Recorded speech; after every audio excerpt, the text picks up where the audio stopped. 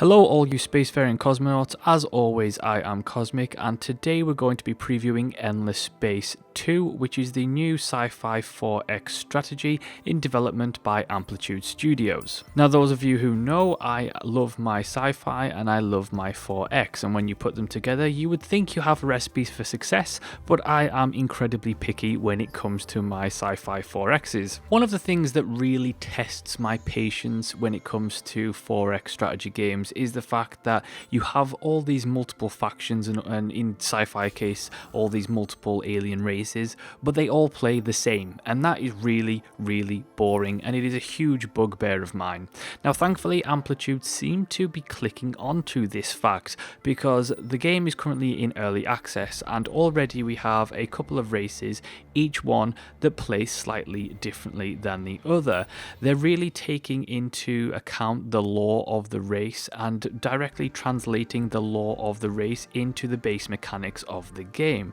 Now my favourite race, I have to say, was the spiritualist Voidjani race, who are essentially a nomad race who destroyed their own world through over-industrialization, and they now survive locked in suits, and they remind me of the Quarians from Mass Effect very much, which was also one of my favourite races of the Mass Effect series.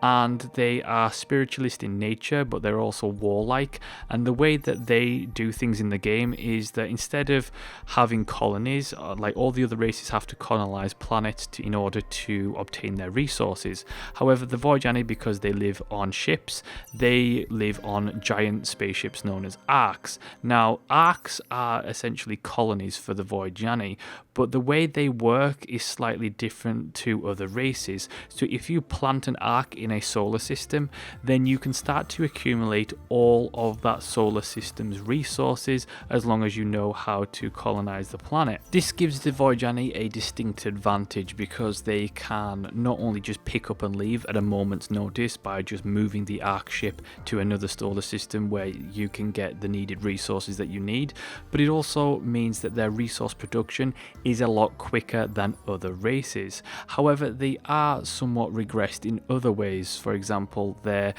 production in terms of how fast they can produce ships and technology is somewhat lessened to that of other races. However, I really enjoy the fact that already in Endless Space 2 we have very different changes depending on what race you are that reflect the race's lore and backstory rather than just being random mechanics. It's all intertwined and it complements each other really nicely. Endless Space is a fairly straightforward 4X in terms of its implementation of the genre's mechanics. There's everything there. You've got your exploration, you have your resource management, you have base building, you have production, and all that good stuff. What Endless Space 2 does, in my opinion, better than most of the other 4Xs I have played in recent memory is that it just has this, even in the early access version, it just has this little bit of polish that just sits really well with me. It's aesthetically really good looking. It's got great visuals with marked improvements from that of the original. It's got really smooth transitions, it's got great assets, and it's just a pleasure to look and listen to. The audio is fantastic. Everything from the soothing, cosmic sounds and all that synth is it's just really well executed overall. Now the problem for me thus far, not only because the game is unfinished, but one of the biggest problems is the diplomacy section. The diplomacy section needs a lot of work. Now, most 4Xs don't get diplomacy right, and in fact, diplomacy systems overall in video games are a real problem in terms of there's such a lack of innovation and lack of good ideas on how to make these things better. At this point, yes, it does have the basics down comparatively to that of other games, but there's nothing in there that really strikes a chord with me that makes it stand out, that makes it unique.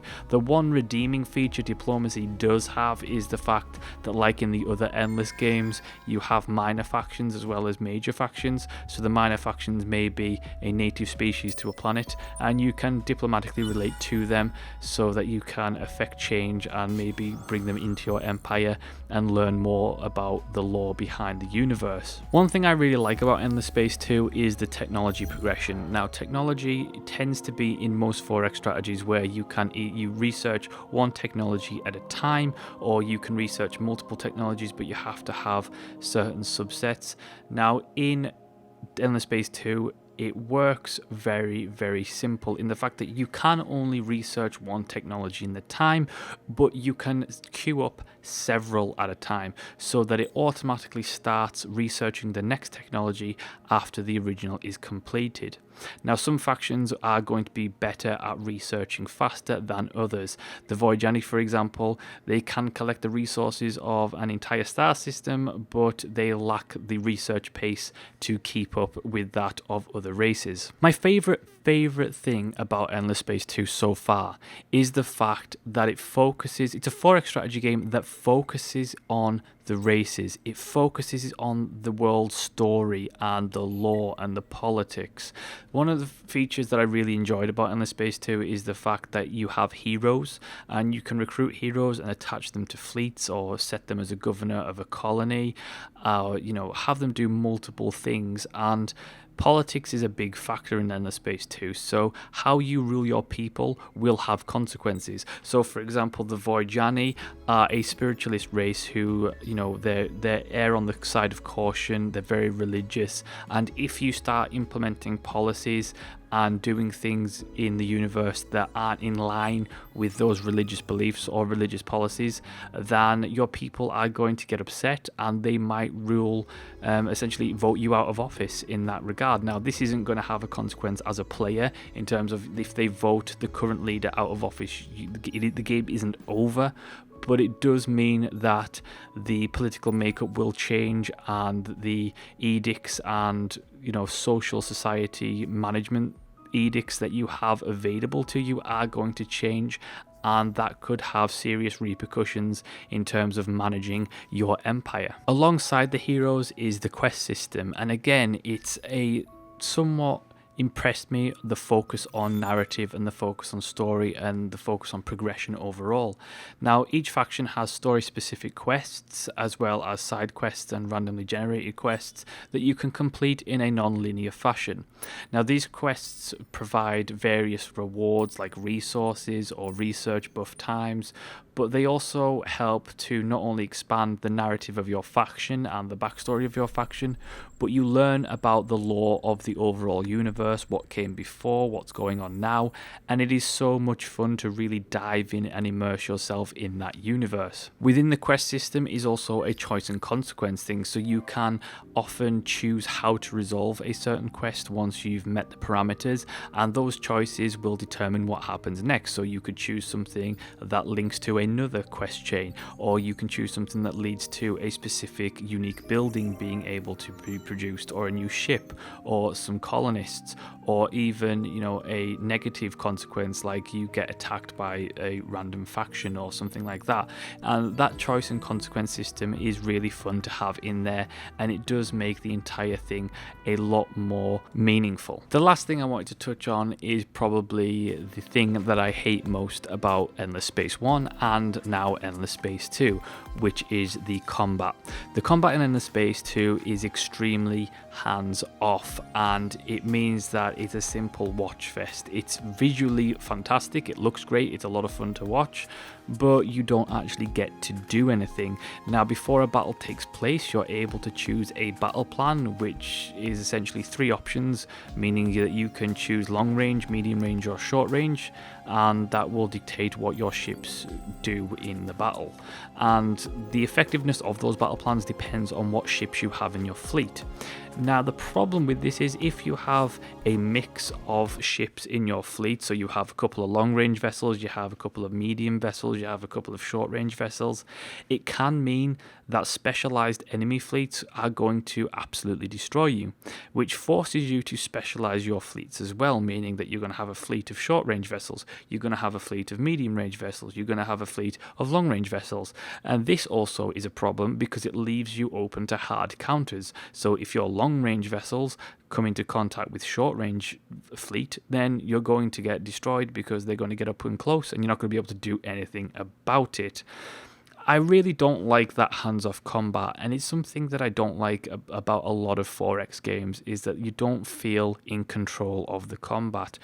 I've always said that I think RTS, turn-based, or some kind of, interactive combat experience in a 4X game is always the better option. It's a lot more fun. It means that you feel like you're in control. And yes, you can have it in such a way that you're not going to win against an enemy fleet with one ship just because you control it. It's just a way for the combat to feel more like a complete experience, because Endless Space 2, it's great, and everything about it thus far looks and feels fantastic. I love the majority of the mechanics in this game, but it is so boring to stand there and watch this light show when you think about all the other games that have space battles where you can actually take control and order your squadrons around. And that, for me, just really, really let Endless Space 2 down. And what ends up happening, and I would expect most people to do this, is the fact that what ends up happening is that you end up auto-resolving without actually watching it. So combat is ultimately pointless in terms of having to watch it, because it's a long process of watching ships shoot at each other and you don't get to do anything about it. So for me, the combat has held an otherwise fantastic game back once again. Now, hopefully they might change some things in the course of development. It's unlikely, but you never know. But I have to say that if this is the way the game stays currently, the combat is holding it back from being something really, really fantastic. Because otherwise, so far, it's shaping up to be a fantastic 4X. But the combat for me just really lets it down, and it's just so boring. It looks great, sounds great, but is very, very boring. So that is my preview of Endless Space 2. Thank you so much for watching and listening. If you enjoyed the preview, hit the like button, share the video and subscribe. Let me know what your thoughts are in the comment section below. And as always, I will see you next time.